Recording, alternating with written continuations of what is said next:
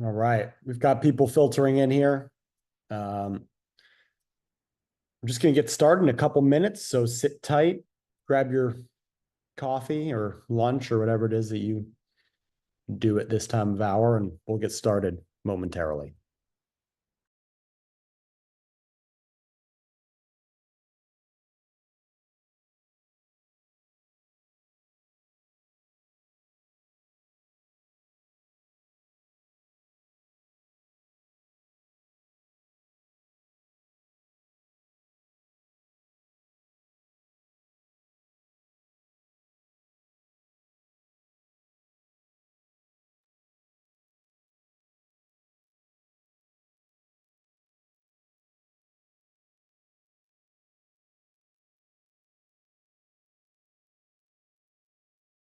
For those of you who are joining us already, welcome. We're just a couple minutes before the top of the hour, so sit tight, grab your coffee, little snack, and we'll get started momentarily.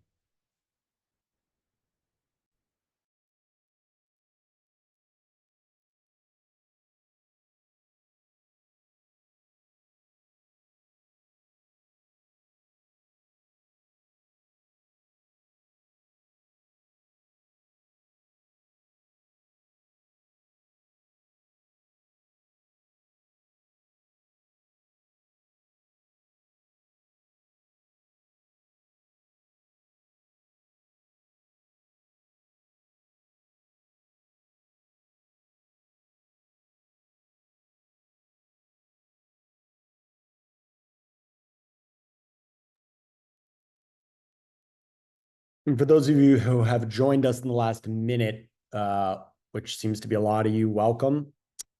We are waiting just a couple more minutes to get started as people trickle in, and we haven't reached the top of the hour, so sit tight and we will get started shortly.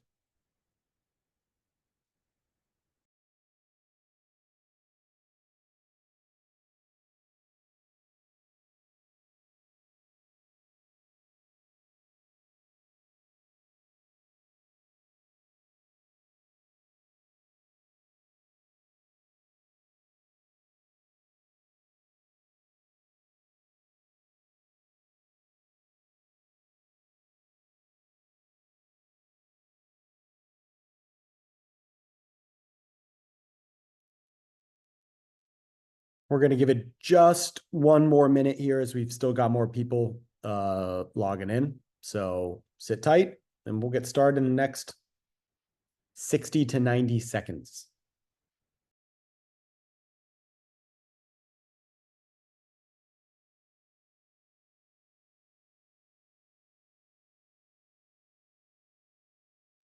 Well, I, for one, am excited for us to get started. Come on, Graham, unleash us. Let's get going. Rutherford chomping at the bit. It's actually champing. Camping. It's actually champing at the bit. For those of you that didn't know, that's your trivia for today. Yeah, well, we have a lot of people in the room. Very excited to show off what we've got. It's a big change here. Yeah, but, it's gonna be really. Yeah, but we have more people coming, so yeah, I agree. Oh yeah, we've got people still coming in, and for those of you that in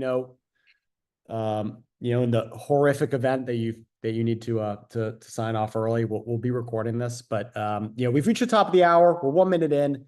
We can't hold back any longer. Rutherford is champing at the bit. That's the actual way it's said. And we are here. So cameras on time. Camera's on. Oh, camera's on. Hey, I'm not ready for that. Hold on a second here. Rutherford, put your makeup on. We're about to get started. All right, let's go. Let's knock it out. We do like that steely headshot, just like mine. Blue steel. Blue steel. It's my blue steel look. Well, we are really excited to have you guys join us for this exciting webinar. For those of you that used to tune in all the time and you have to deal with my annoying self all the time. Just to bring you guys back into the fold. Me as Graham Immerman. I'm the Chief Commercial Officer at MachineMetrics. I oversee our sales, marketing, and business development teams. Early employee of the business, all the way back when we were just a small little office and a couple customers. Today, 8 years later, we're a global operation. We have customers on every continent outside of Antarctica. And I implore anybody on this call that if you do know a manufacturer in Antarctica, we'd really like to complete the intercontinental approach of having customers on every single continent. So that is my challenge for you out there, although I don't know if there is a lot of manufacturing in Antarctica. And if there is, please accept my sincerest apologies. I am joined by none other than the ineffable Rutherford Wilson, who I will allow to do his own introduction. Rutherford? Well, thank you very much. And I would be on video right now, but for some reason we're having a technical problem. But if you can unlock my video sharing privileges, that'd Oh, be great. wow. But my name is Rutherford Wilson.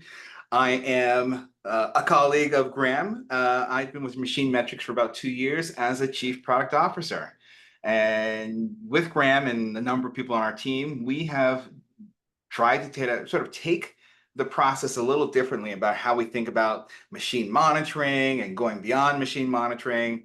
And so a lot of these ideas that we've been cooking for the last probably year plus are being realized in some of the things we're going to be presenting for you today. And so very excited to be here, very excited to be a part of MachineMetrics and the journey that we are on.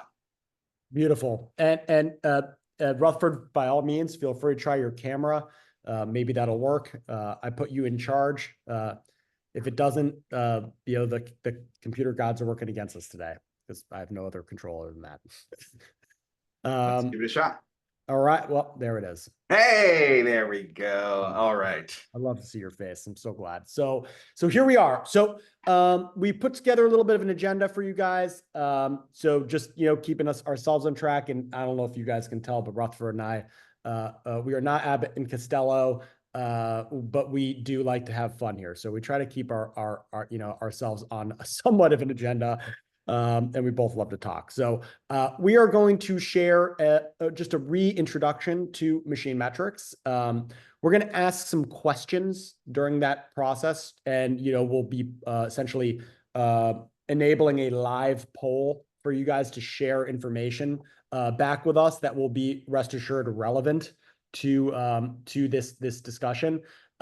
We're talking about machine monitoring and whether or not it really is the answer. And then we'll be presenting a revolutionary new approach. I love that, revolutionary, very dramatic.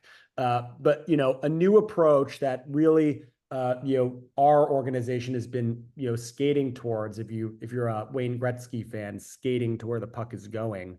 That we've been skating towards for a long time. Around the goals of actually monitoring production itself in real time. And then we'll open things up for Q&A, after Rutherford does a brief demo of those capabilities, and we'll dive in. A shameless self-plug. If you will be at IMTS, don't miss us. We're in booth 133108, which is in the software pavilion. You can add us to your show calendar if you go to the IMTS website. We may still have a few invites, although I'm not sure yet. You can reach out if you need an invite to IMTS or something. We can probably try to help out with that. We will be doing live demos throughout the entire show, and we have been booked very aggressively. So please reach out beforehand so you can book a personalized demo while you're at the event. And on Thursday, from 3 to 5, we will be hosting another absolute character who I love, Tony Gunn and his team at the MachineMetrics booth for a happy hour. And by happy, I mean we'll be serving beverages within the booth. So come by, get a free beverage, rub shoulders with Tony and also MachineMetrics team members, and just get a chance to relax and enjoy the show. Just a couple quick notes before I dive into my presentation here. This is being recorded, okay? So, you can share it. We'll share a recording after, so no one freak out. That's coming. It takes a little bit for it to process, so bear with us there.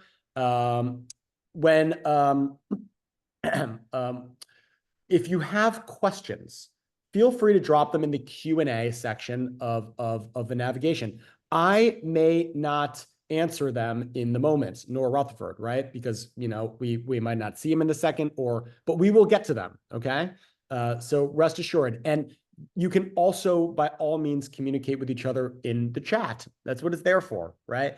We probably have people here all over the world, maybe not Antarctica, right? But, so just, so feel free to communicate within there too, and we'll do our best to get to any questions that you have that aren't answered. Okay. Any questions? Rutherford, you ready? Ready. Rock on. All right. So, why are we here today? Well, despite the advent of Industry 4.0 and the AI and everything that you're hearing, right, about the technology world, much of manufacturing today is still disconnected. And many manufacturers still exist in a state of disconnection. Sales teams, scheduling are disconnected from what's actually happening on the factory floor. Machines disconnected from the people who actually run those machines and from the systems that plan how those machines are supposed to run, right? And all of this disconnection, right, leads to rising costs, right? Difficulty managing inventory, right? Reducing WIP, and worst above all else, right? Not being able to deliver stuff on time and making customers unhappy, right? No one wants that, right? And the reason why this exists is because there is a gap, right? The traditional model has much of manufacturing planning occurring within the ERP, MES, PLM silo. This is what we call it, right? This is sort of where we get our orders, right? We make our plans, right? Our whole business is managed, for many of us in an ERP. Yet, when it comes down to it, it is rife with inaccurate data, estimations, right? What's actually going on the factory floor is a different story, right? And those machines and people and processes that exist are disconnected from what's really happening. And that leads to tremendous inefficiency, which many of you know, and we share this stat often, which is that 28% is the average utilization of machines when we start working with customers. And in the past, we would say, this leaves a lot of room, right, for improvement, which, to be fair, it does. But the real question that we want to address today is, are we only at 28% because we struggle with unplanned downtimes related to our machine maintenance, or because we only have enough work to run our machines 28% of the time, right? Answering this question requires additional context than just data from machines, right? It requires a connection of additional data, something that we call context, contextualization, right? When you can connect what is actually happening on the factory floor to the business context within your business operation systems, like an ERP, for example, you can deliver a whole new level of what we call intelligence that help you make bigger, better decisions that impact and permeate almost every level of the manufacturing operations business, whether it be, hey, I need maintenance on my machine, but I'm in the middle of a critical operational run, so I can't really take my machine down at this moment, right? To, are we going to deliver this operation on time, or this work order to the customer on time? And what do I need to do in order to make sure that we do so, right? These decisions are impossible in a silo and require additional context from connecting these systems to make it possible. And that's what we're introducing to you today. MachineMetrics is essentially relaunching our platform as a production intelligence platform. And we, to be fair, we work here and we believe in it. But the truth is that what we're delivering is a far smarter way to manage your operations than ever before. And in order to do so, what we are doing is we are making this connection. We are connecting real-time data from your machines with ERP data, work orders and operations and estimations, and the human data component as well, synthesizing all of that information through MachineMetrics to provide automated insights that help operations teams, production teams, maintenance teams, scheduling teams, and even frontline teams take action on data and spend less time doing the data science work that frankly was supposed to be productized by companies like us long times ago. And when you do that, when you create that level of intelligence by connecting these two parts of our business, we can start making decisions that make a difference and impacting the way that we do work every single day on the factory floor. And I just want to urge, and by the way, if any of you can just hear, that is not a baby crying, that is my cat. For those of you that haven't seen me on a webinar for a long time, it's my cat. But she'll make a guest appearance at some point. But I just want to note that this is not just machine monitoring, right? People have been monitoring machines since, the early 1990s, maybe even late 80s. It's nothing new.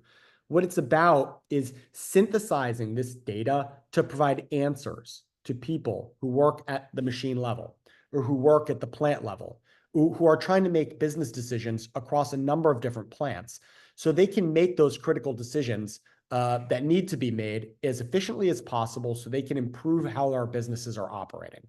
And for what it's worth, we've done that really well. So as I mentioned before, MachineMetrics, we have hundreds of customers all over the world, and we've connected thousands and thousands of machines across these manufacturers, right? And they're not, so we work with mom and pop job shops. We work with some of the largest manufacturers in the world who have thousands and thousands of machines themselves. And these same issues that we see permeate mom and pops all the way up to these huge companies. And by solving issues on the factory floor, they only get bigger when you're dealing with dozens of different sites, right? So I want to start a poll, which I'm now wondering if I can do because I think, Rutherford, I actually will need you to now transfer hosting back to me so I can start our poll. Let me know when you've done so. Oop. Let me just get back there.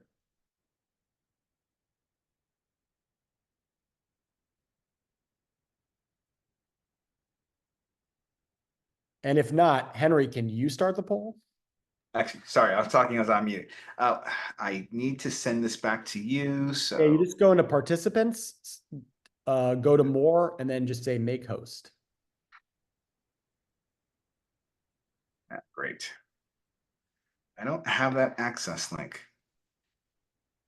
So Henry, can you start the poll? Henry's our hidden person. He's our He's hidden. He's in the background here.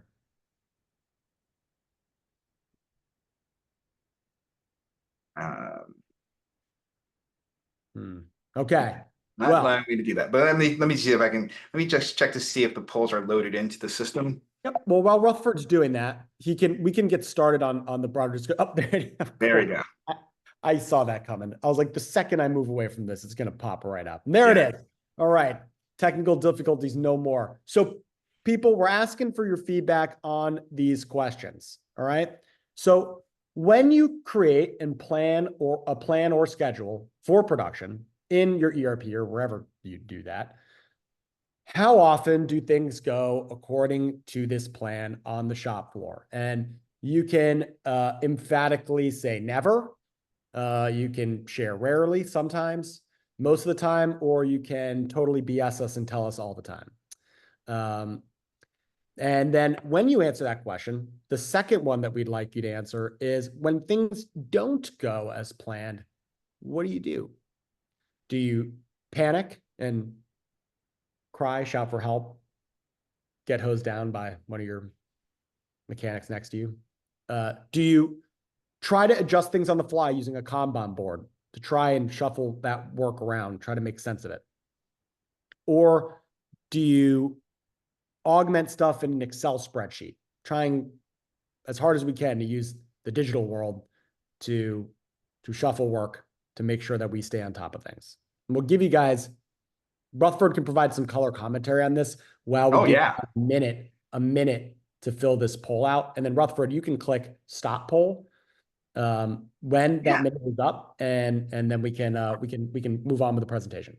Yeah, so we've gotten some answers. You want me to go through what we've received so far? There's a few more coming in, but it looks like we've got over 50. I think we're at 60%. Wow, you guys are good. Yeah, okay, yeah, do it. Yeah, so So first question, when you create a plan or schedule for production in your ERP, how often do things go according to plan on the shop floor? So about 8% of you said never. Eight. 8%, yeah. 21% said rarely. 43% said sometimes. 25% said most of the time, which is good. Okay. And about 2% said all the time. Now, obviously, when things don't go as planned, what do you do? So panic, of course, that's the fun answer. That was about 8%. There's a few of us, but I think most of us are pretty professional. You kind of hunker down and you figure out what you're going to do. I was making a joke on that one. Yes, of course. But I love this. It's a good question. And, there's a few of you that says, ah. But 30% said use a Kanban board and try to reshuffle work around. I think this is the number, and I think this is the one that, it's really good to get this data because this is kind of what we've heard from talking to customers. 62% of you answered using Excel spreadsheet. And we see that a lot. As Graham already stated, large customers, large customers. We connected about, I think one site alone, actually it was 2 sites, 500 machines. And when things don't go to plan, they're in their Excel spreadsheet kind of doling work out that way. Same thing that a mom and pop with 20 or 30 machines would do. So that's the answers. I think we got up to 60%, and those were sort of the answers. So Beautiful. most of the people are using Excel spreadsheet when things don't go to plan. But what is interesting to see that when 25% of you said that things go to plan most of the time. I think a lot of you, the vast majority, with that 44%, says things go to plan sometimes. And I think those 2 areas, because we know that if you're a shop, you've got things dialed in, things are going to break. You're going to hear us say this a lot. The best plan rarely survives the shop floor. And, we are going to be talking about how we can help solve that. So I'm going to end the poll now. And That was Graham, perfect, back to you. Rutherford. Yeah, that was perfect. And that data to a T followed the data that we got when we talked to dozens, if not 100+ customers about the things that were needed for the factory floor in order to be released. Minus the 8% panic, but no, just kidding. So we saw this too, right? And so when you are able to connect real-time data from the machines into we can provide unique insights into what's happening. When you combine that data with additional information or context, like we described before, such as work order information, we can provide dynamic intelligence that helps you schedule information schedule your machines and your work in real time using that real-time feedback. And so one of the things that we're going to be demoing for you today, which is now live and available to customers, is dynamic scheduling intelligence, where we can tie your schedule to real-time production data and easily update that in real time to ensure that your work is properly scheduled, driven by the actual data from the machine itself. No need for Excel spreadsheets or Kanban boards anymore. And in doing so, we can also use our machine learning technology to estimate completion times for different operations or work orders that are operating on the factory floor. And doing that, we can also calculate capacity, right? So by knowing exactly how long it will take to actually complete these work orders and operations, we can show you when machines are over or undersubscribed and provide a simple, easy to use drag and drop mechanism that alerts when operations or work orders are going awry and when downstream work is going to be challenged to be on time, and then drag and drop those to machines that support additional capacity, so we can get more work through the door faster to our customers, which in the end is the goal of being able to monitor production in real time. And Rutherford's going to dive into the real demo of this. So we're just, if you want to add color commentary, would you like to add it during the demo? Color commentary, just to add in right now. I just want to add in a few things here, just to give you an understanding. So when we pull this information from, so what we're doing is we're connecting to your ERP, and we pull what work you are planning to do. So release production orders is the best way to think about that.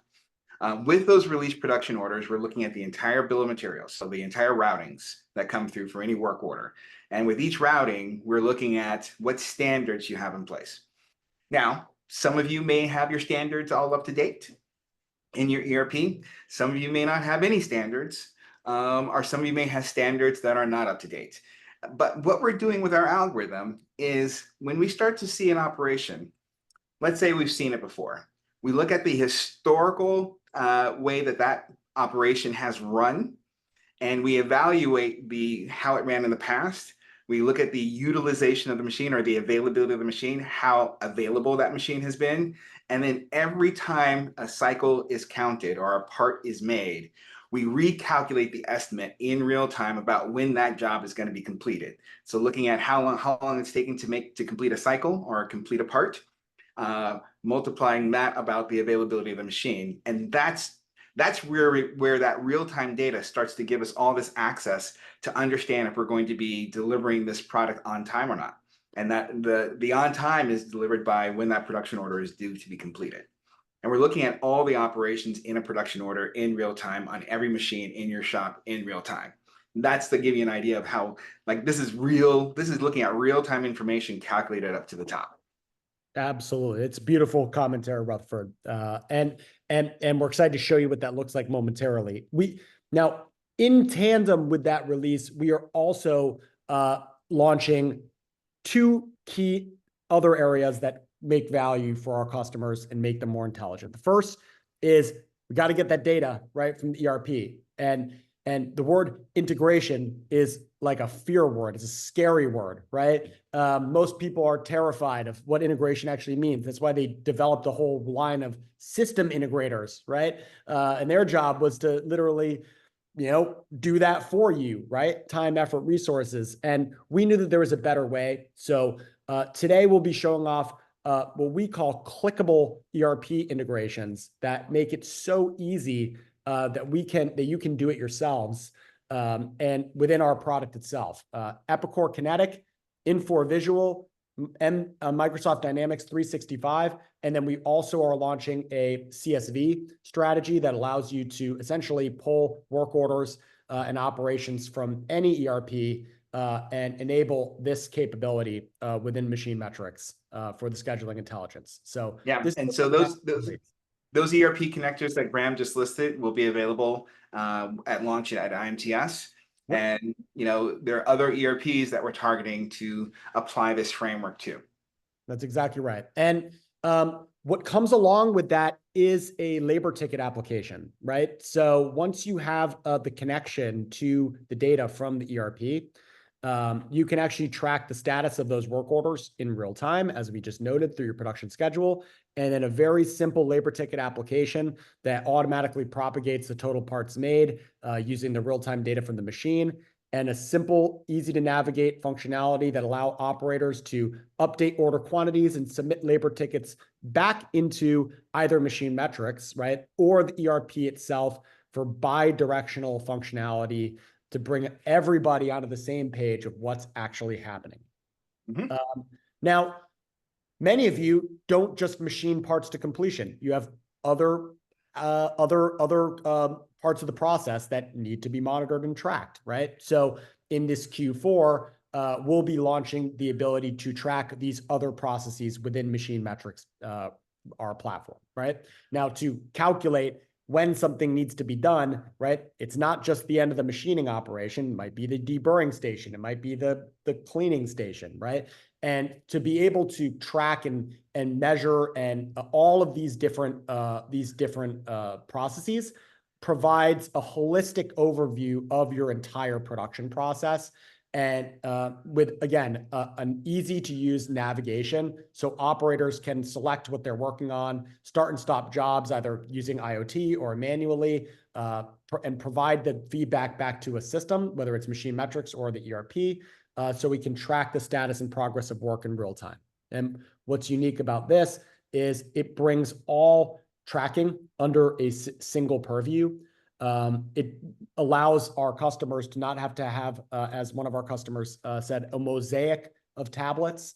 and different interfaces that they have to enter data into, we can streamline that entire experience to be incredibly easy and intuitive for operators. Mhm. And then one I know Rutherford's particularly excited about, so I will let him introduce, is something that we're calling anomaly detection. Rutherford? Yeah, exactly. And so anomaly detection, something that, MachineMetrics has been working on with a number of years. It really started off as, you know, trying to figure out ways of using all this machine data to predict tool failures. And when you're working with customers such as ours, where you have different jobs running on different types of machines, when conditions are changing very dynamically, it really is hard to kind of get a consistent set of data with all that variety. So we sort of switched our focus to see, well, how how fast can we predict an anomaly, like when something wrong happens in your production, and how fast can we give that information to you? And it turns out with the underlying technology that we kind of built by looking at this data, this massive information that's coming from machines, and just to give you a little more color, we're pulling, we are working. This works really well with machines that give us high frequency data. So we're getting different data points multiple times a second, thousands of times a second. So I think it's 500 milliseconds data. So lots of different data points from every different types of control coming about the machine.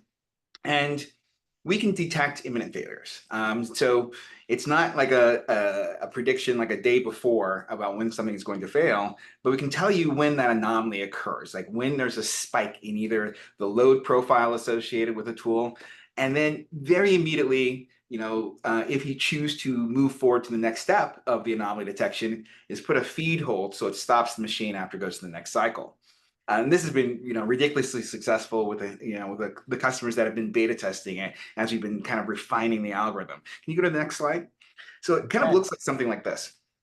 We will send an SMS message, or we'll send a control message to the machine that tells you where we found the anomaly, which tool the anomaly was working, that your operation was working on when the anomaly was found, what sort of an overload or underload we detected associated with what was normal in that particular case. And then, if you again go to the next level, stop the machine once the cycle is done.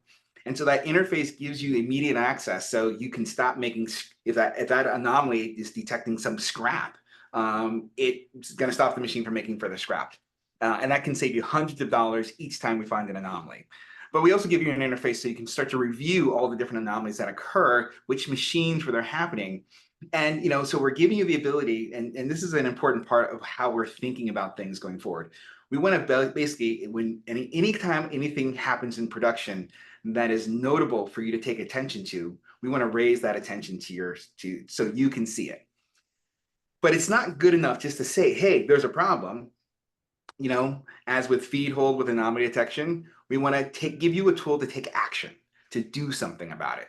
And so feed hold is what we're doing with anomaly detection. And I'm going to walk you through how we do that with scheduling issues as we go through this. But these are some of the suite of tools that we're launching for IMTS that really help you understand your production landscape. And I love that, Rutherford, because any smart, smart person, right, can point at things and be like, that's wrong, and that's wrong, and that's wrong. But it takes a certain level of intelligence, right, to be able to tell somebody what they need to do, right. And I think that's really what we're really focused on this release is transforming this information into actions, right. So with that said, wait no more. We've reached our live demo moment. I'm going to stop sharing my screen. I'm going to let Rutherford take control and drive from here. Okay. So this new product that we're calling Schedule Intelligence actually consists of three core capabilities. Obviously, we've kind of talked through them already, so I'm just going to very briefly kind of walk you through what they look like. One is an easy way of connecting to your ERP. We don't want to use the integration word, but connecting to your ERP and pulling data down. The second one is job tracking and being able to use a console, either a PC or a tablet, that is next to the machine, but a tool that's on the shop floor to track the start and stop jobs and track the work, and then submit the labor tickets associated with that, and then the ability to schedule the work. And the job tracking and the scheduling of the work in tandem. They communicate instantly with one another. So if I move a job over and schedule it, that new job is instantly available to the operator so they can see what's up next for them. So I'm going to start with the ERP integration. I'm going to skip through a few things very quickly, but you're basically just going to click on integration. Once you get into our settings application, choose the ERP that you are focused on. So I'm going to choose Epicor Kinetic in this case. There'll be, once we wrap this all up, there'll be all the instructions about what work you need to do before you start a connection. So providing a user we can access, or getting an API key depending on the type of account that you have. But the key part is we start the connection process. And all it is we already have, if you're a customer of ours, you have an edge device that has access to your system and to your network. So as long as the firewall rules allow us to access your ERP, you just select the edge device that has access, enter in your access codes, and then you'll be able to test the connection very easily. And so once that process is done, we know we have reached the connection to your ERP. And for the custom ERP connectors that we've built, we already know the schema and the format of that particular ERP. Like we already know the schema and the format of Epicor, and we're transforming that, like a typical ETL, extract, transform, and load. We're extracting that data, transforming it to match what we need in our system, and loading that into our data. And so the few pieces that need to be done is just select whether you want to have data going back to your ERP, or if you want to just keep the data inside of MachineMetrics. Most customers are going to choose a bidirectional integration, especially for these connectors that allow that functionality. I'm just going to select unidirectional for this approach. And then at this process, just mapping what you call a resource, whether that's a machine or a work center, mapping that to concepts inside of our system. So if I have machines in my system, maybe there's a machine I don't want to map, and maybe there's a machine that I just want to import as new. And then there's a machine that can map to a concept that I have. So my AS500 screw machine maps to a machine in MachineMetrics that's called ASM500. So I have lots of opportunities to do this process. And then once I go through all the mapping that's required, and so one of the things I just want to call out, if you don't have individual machines as resources in your ERP, not a problem. When you map a work center into our system, we map those as machine groups. And so you can then associate the correct machines that represent a cell or that particular machine work center in our system. And you get all the constraints and configurations of that machine work center offers into our system. But at that point, it's just evaluating the data. We've loaded all the information in so you can review the information. And then the final step is do your import. So we're making this as simple as possible, and now you have an enabled system. So for Epicor Kinetic, InfoVisual, and Dynamics 365, we've built those kind of connectors that have that point-and-click kind of system in place. Now, the next component is sort of job tracking. Once I have all your release production orders in place, I know what jobs are coming up next. And so we give operators a user interface that can look like this, that give you a card that represents each work order operation. And it can be either the list of things that are queued up for that operator to work on, or it could just be the one that's up next. You have the choice of doing either one. But now at this point, all the operator needs to do to start a job and to record a labor ticket is to click on that card. And now I've started this work, and I start building parts on my machine. And once I've built the parts down on my machine, I just stop the job. And I calculate how many parts automatically that the machine counted that you've made, and then give you an opportunity to make changes if there's a machine count error. But we also give you an opportunity to tell you how many parts were rejected or were out of compliance. And you can populate the reason for that reject. And then you just submit that information to the ERP. And then it gets really simple after this. Next job up, I start that job. If we see that the part that's being made is different than the part that's previously being made, then we pull that into a setup mode automatically. So I can now give you the amount of time that is scheduled for setups. And then as I start building and going through the setup mode, I can give the operator, this is how much time was planned for setup. And they were able to complete it in 10 minutes less than the planned time. And so now I'm just going to enter in production. So I'm going to record. So now this gives you the data that you can use for Kaizens later on, is how effective are your setups. And I can tell you, you record the same thing and can submit this information back to your ERP. So how many parts were scrapped, how many parts were made total. And now I can make the actual production parts. Even if I overproduce, I can track that information. And so when I stop this job, you can kind of see it's a very simple and easy interface just to do the job tracking. Now, when I have this interface in place, now comes the really fun part, to do the scheduling. So here I can see, let me just walk you through. I can see the machines over here. I can see how much capacity is available and where I'm over capacity based on a 7-day capacity utilization. This is the work order, this is the part, and this is the op. And that is easy to use. So if I click on this, I give you some metrics associated with how that part is running, if it's running live, and I can show you all the routings associated with that particular part. I can show you where everything is. So right now it's currently working on op 440. And in this case, click on this one, it's waiting for it to run over on this machine. But the nice thing about this is I can see that this job is at risk. So it's orange, which means it's at risk. Red means it's already late. If it's gray, that means we're waiting for it to happen. But I'm giving you this signal that this job is at risk. I can see that this machine is over its capacity utilization. So what do? Well, I want to change my schedule. So again, I'm going to give you a tool to do something about it. So with this tool, I can also add new jobs and drag them over to an operation.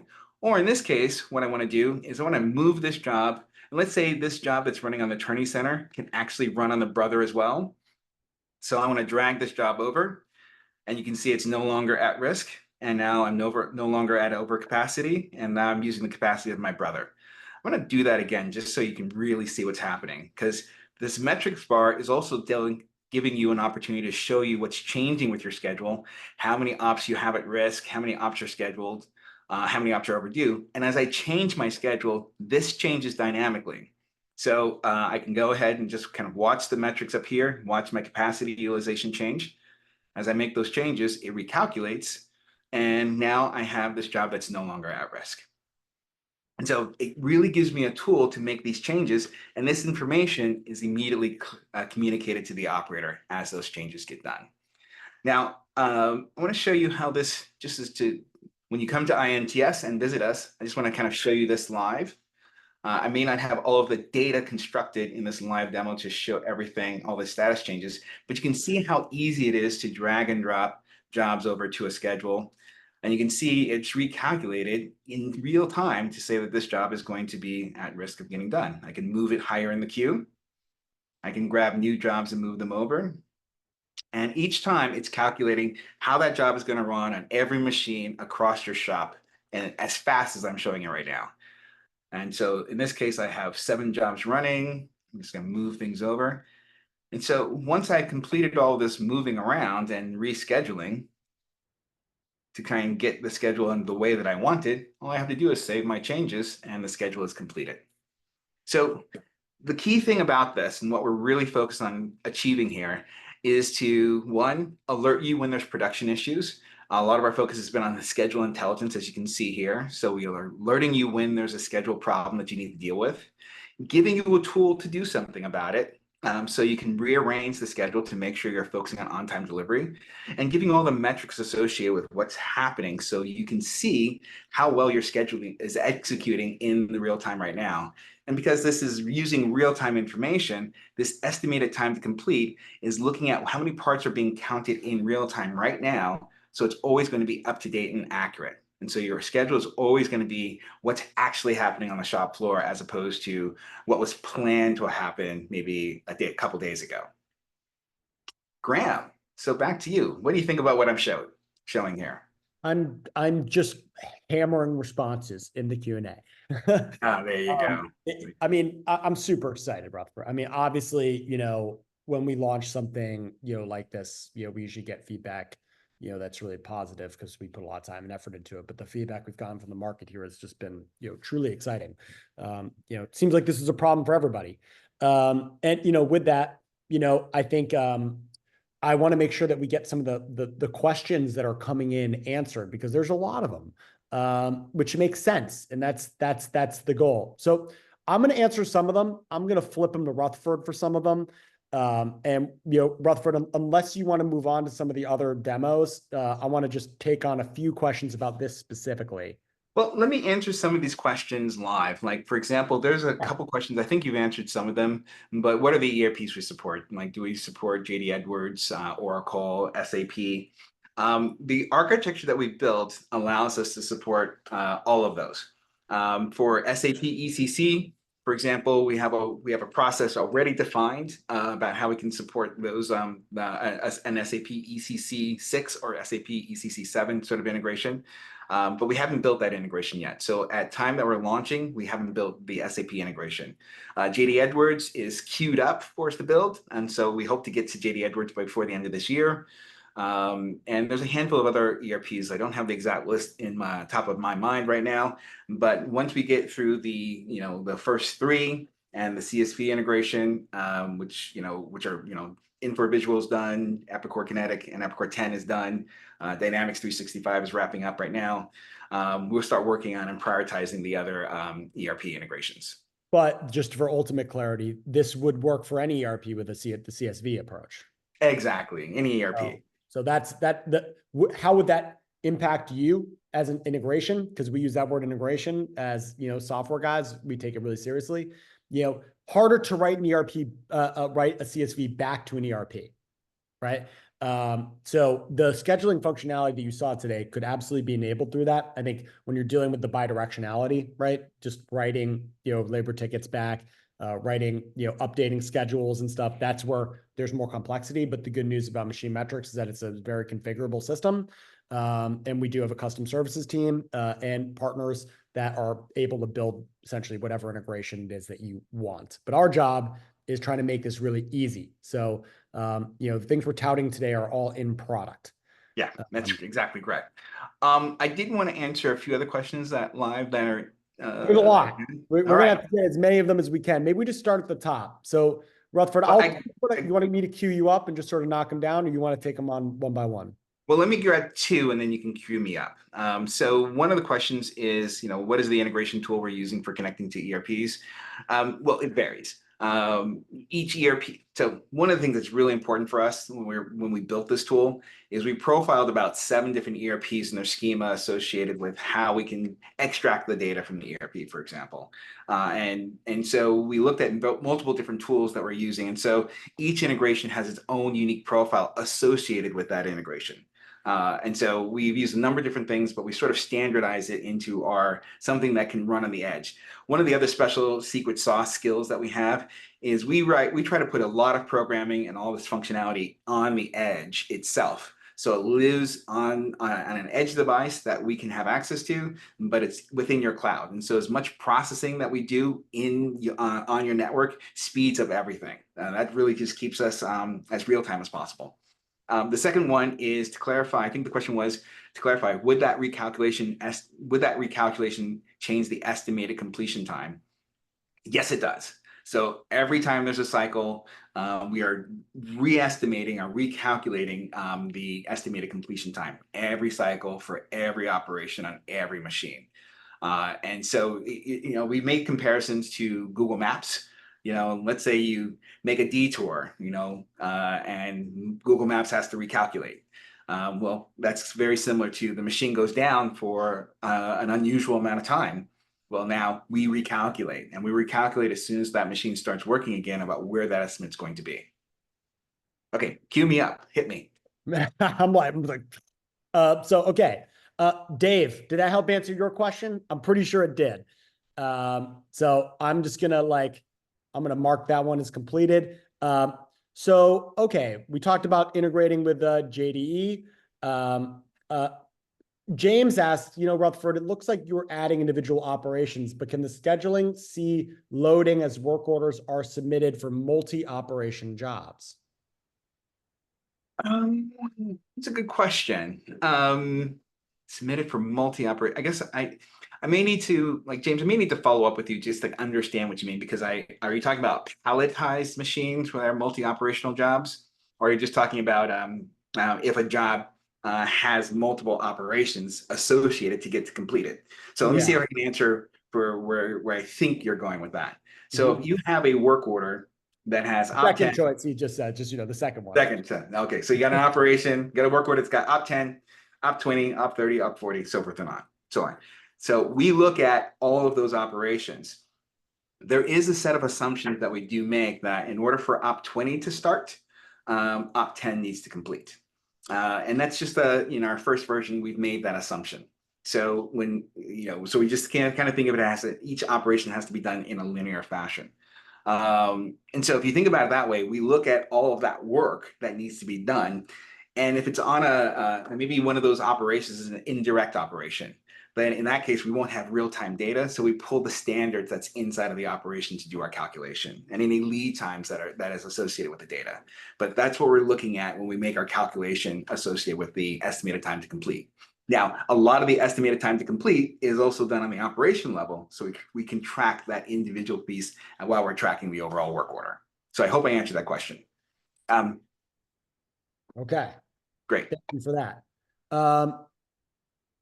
Wow, they're coming in fast. Not a good question. Can we use MachineMetrics as a data collection scheduling system without having an ERP? I'm just going to answer that one right now. Yes, Go for it. you can. You absolutely can. I think what we're really showing, though, is that the value of machine monitoring over time, frankly, and I believe this to the core, diminishes over time without having additional context to the machine data. And this is, I think, what almost every customer, not just customers, but manufacturer finds. You can obviously deploy a CI team in this type of technology, and you likely will find problems forever that you can solve. But again, as manufacturing continues to evolve, right, having less people, right, have to make decisions requires more system integration, right? So making that system integration easy so additional people can use that machine data to drive value is the goal. But short story, David, yes, of course you can. But this is just talking about how we can enhance the value of our system. Yeah. And I just want to add a little something there. We say ERP just because that's an easy way to say this is the work I'm doing. We have a lot of customers who don't have an ERP, but they issue work in some custom system. We can integrate with that. You tell us what work you're doing. It doesn't matter whether it's an ERP, it's an Excel, wherever it is. We can get that information and make this system work. And so ERP is just that easy language to say where this is where the work that I'm planning to do is located. Exactly. Question that came in, just high level MachineMetrics question here. How do you get your data? What type of hardware helps in tracking production? Long story short, it depends. Part of the beauty of MachineMetrics is we've developed a very lightweight system that makes that incredibly easy. So many of our customers have modern machines, and if they're networked essentially already, they can actually download our connectivity software onto a local PC as a virtual machine or a local server. And we can connect to every asset that they have without requiring any hardware. Some customers prefer to use a small Linux-based computer. We call it an edge gateway device. We painted it green because it looks cool. And in doing so, that single device, right, can be connected to your Ethernet, your network. That device will connect to up to 50 machines and through the Ethernet port. Now, for legacy machines or machines that do not support modern protocols of communication through the control, we also provide the ability to connect using sensors or digital I/O hardware. And that allows us to connect to capture data like part counts and cycle times and machine and cycle. And then we can also add additional sensors to those machines to get more complex signals like vibration, temperature, and so on and so forth. So that's a short answer to that question, but rarely have we seen a machine that we can't connect to. I've seen someone connect a record player to MachineMetrics or even a tea kettle. But just to go one step further there, the gold mine is in the real-time data from the machine itself, right? And if you can get that control data, whether it's from the PLC or from the CNC, there's a treasure trove of information that allows for enhanced automations that, frankly, would be unequivocally worthwhile to go that route if you're considering using a sensor-based system or something that gets data from the machine. It's not really a question. You want the machine. And I think you answered the other question underneath. Yep. I think I see one, Just Jeet's question about, can your system handle processes conducted on conventional machines, Yep. non-CNC? Yeah. Well, and I think that, there's a couple of things that we're releasing, just, let's say it's a manual machine and you want to attach a sensor to it to provide whatever information. Those are things that our system today handles perfectly well. So you can just go ahead and attach that information and attach a sensor, and we can read in that data from the sensor. We work by default with IFM branded sensors. That's super easy for us to snap those things together and connect that data.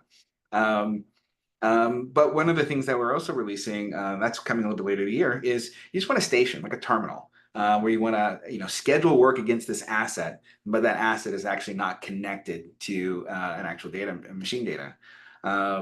That's still valuable too. So something like where you're, in this case, you're not so much measuring the machine so much, but you're measuring the human and the machine associated with how fast that work is getting done. And so we can track that information. We can schedule that information. It's going to operate a little different than getting real-time data, but that's part of many people's shop floor. So we're gonna have that functionality available as well. Love that, Rutherford. Boy, are we hitting lots of questions. This is most questions I've ever got on a webinar, and we've got a bunch. I'm going to hit a bunch of them just rapid fire. First of all, Steve, glad you're working with Hunter. He's the man. Hope you enjoy working with him. Yes. If you ever need me to kick him in the butt, let me know. He reports to me. Just kidding. Can we use the existing Ethernet connection to the CNC to also connect to DNC? Short answer, yes. It depends, right? Some machines you might need to get a splitter and for that Ethernet port. And then there's some machines like Haas machines sometimes that can be disruptive. But Haas machines have a number of different ways where you can extract data, whether it's through RS-232 or through a serial port. So there's ways, we're experts at getting data from these machines, right? So we have a number of different ways to work around that issue. And rarely have we ever seen a situation where we negate or struggle to connect to machines that are using DNC. That's frankly, DNC, it's dime a dozen, as you all are probably aware. They've mostly been around since the 90s. There's nothing special or new about them. So we can work with any customer that's using, one of those DNC systems for their machines. Rutherford, this one I know you'll like because it's right up your alley. And it comes Oliver's from question. Comes from Garrett. And Garrett asks, when data from MM is sent to Epicor Kinetic, are there steps that need to be taken in Kinetic to finish the receipt of that data? Additionally, is it possible to add additional field to the MachineMetrics ERP job ticket that can also be mapped to Kinetic? Rutherford.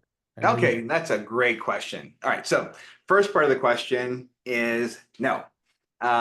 We spent a lot of time to test this out to make sure that the way that we are communicating with Epicor Kinetic through their APIs, which are great, by the way, we are basically emulating exactly, if you're in Epicor itself, how that data is being sent back.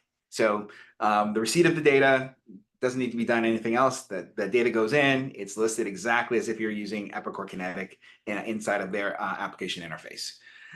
Is it possible to add additional fields to the ERP job tickets that can be mapped to Kinetic? Yes, it is. That may require, depending on what you want to add, that we have not already included, because we've mapped a lot of data fields ourselves. And so depending on what customizations you've done to your Epicor Kinetic, we may have accounted for that already. So that really just ends up being a conversation with us. But the way we've designed this system is we have the default Epicor Kinetic, I understand their schema, we bring it in and we send everything back and, cover most of the fields identically with any other app that you can do. But if you have some custom fields that we haven't mapped, it's just a conversation with us. Our system for mapping that data is super flexible. It has to be, because we have to literally design this for every ERP out there. So we made it very flexible. So it really is just a conversation with us about what your additional fields are and kind of working out the logic of how they need to be mapped together and how they can be transformed. So that's the best, that's the easy answer. Did that answer your question? Let me know in the chat. There you go. A question came in from the audience. Is there a tool for tracking production real time? Answer, that is our core product. Today, we're showing all the additional functions, features, and functionality that we are delivering. But our core product essentially connects to the machines on the factory floor. We will automatically scrape the program headers looking for the unique identifier codes that signify what operations are being made at any given moment. We compare those to your standard cycle times that are imported into MachineMetrics, and then we can provide automated production monitoring where we can provide part counts, how well we're doing against our goals, if our cycle times are hitting our standards. All that feature and functionality is core to the MachineMetrics product today and requires very little to almost no manual input in order to function for you. So Anand, I hope that answered that question for you. I appreciate Rutherford organizing the Q&A. This is a good one from Oliver. Oliver says, traditionally scheduling and routing has been done by humans with a lot of tribal knowledge. And I've heard this a lot. I posted this on LinkedIn. I got a lot of feedback on this. So who's doing the consulting work, extracting that tribal knowledge and moving customers from this to the automated MM? And is that something that we do? Or maybe I'm getting some subtext here, Oliver. Is this something that we work with a partner ecosystem to do? Well, long story short, obviously we have deep knowledge in MachineMetrics, right? That makes us capable of developing systems. But we also capture this data from our customers, right? Who are, in many cases, right, the ones that know even better than we do, right? Now, we do have a partner ecosystem, and if somebody's interested, we're always happy to talk to them about that, right? But our goal is to try to make things as easy as possible for our customers so they can support themselves. Now, is there space for people to consult and support manufacturers? 100%. And we recognize that, and we work with a lot of people. And so if you're interested, feel free to reach out to us on the side, Oliver. I'm happy to chat with you a bit about that. We have a question from Dave that asks about JDE. When is it going to be released? I'm just going to answer this from the commercial side, David, which is, we have a long list of ERP integrations that are coming, right? Many ERP integrations will be just pure out of the box. We'll continue to, drive those as we go.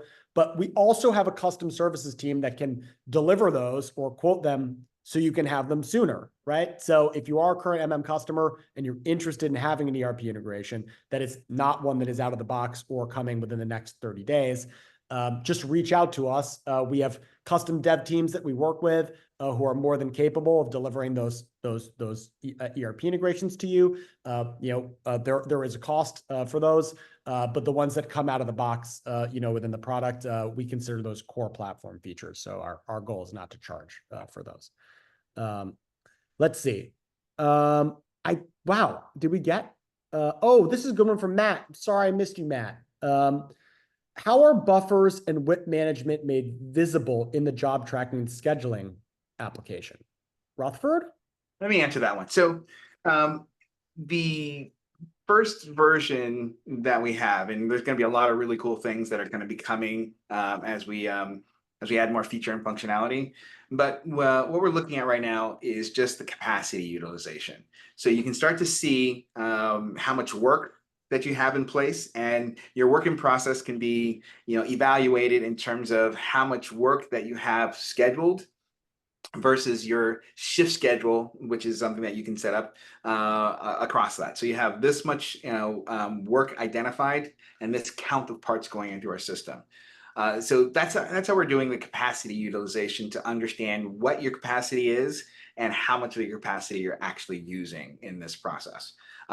There's lots of different ways that you can look at buffers and WIP as we go forward, and we're going to be since we have all that data, it really is just about surfacing it. So we're going to be adding some of that functionality as we continue to release more features to this product.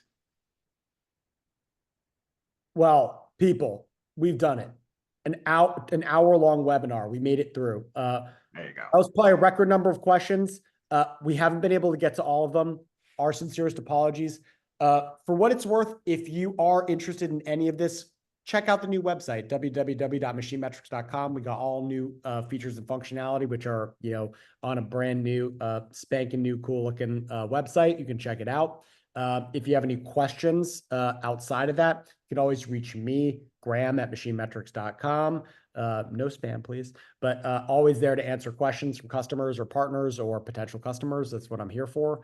And of course, if you are going to IMTS, don't forget to meet us at the show. We'll be in 133-108, happy hour on Thursday, but don't just, I'd say ahead of time, put us on your show calendar, reach out, let's make an appointment. We can always meet with you ahead of the show. We'll always have a really busy calendar book full of demos and meetings. And lastly, Rutherford and I love to talk, right? That's what we do well, right? But what MachineMetrics does uniquely well is we offer a free trial program. So if you're interested in trying out MachineMetrics and you're serious about, changing the way that you do work on your factory floor, reach out to us and we'd be happy to talk to you about how you can get involved in trying the software. All right, Rutherford, you the man. Thanks for joining me on this webinar. Always love it. My partner in crime. We've really enjoyed it. So thanks for joining us, everybody, too. And we'll look forward to seeing you all either at IMTS or in the not too distant future. Take care, everyone.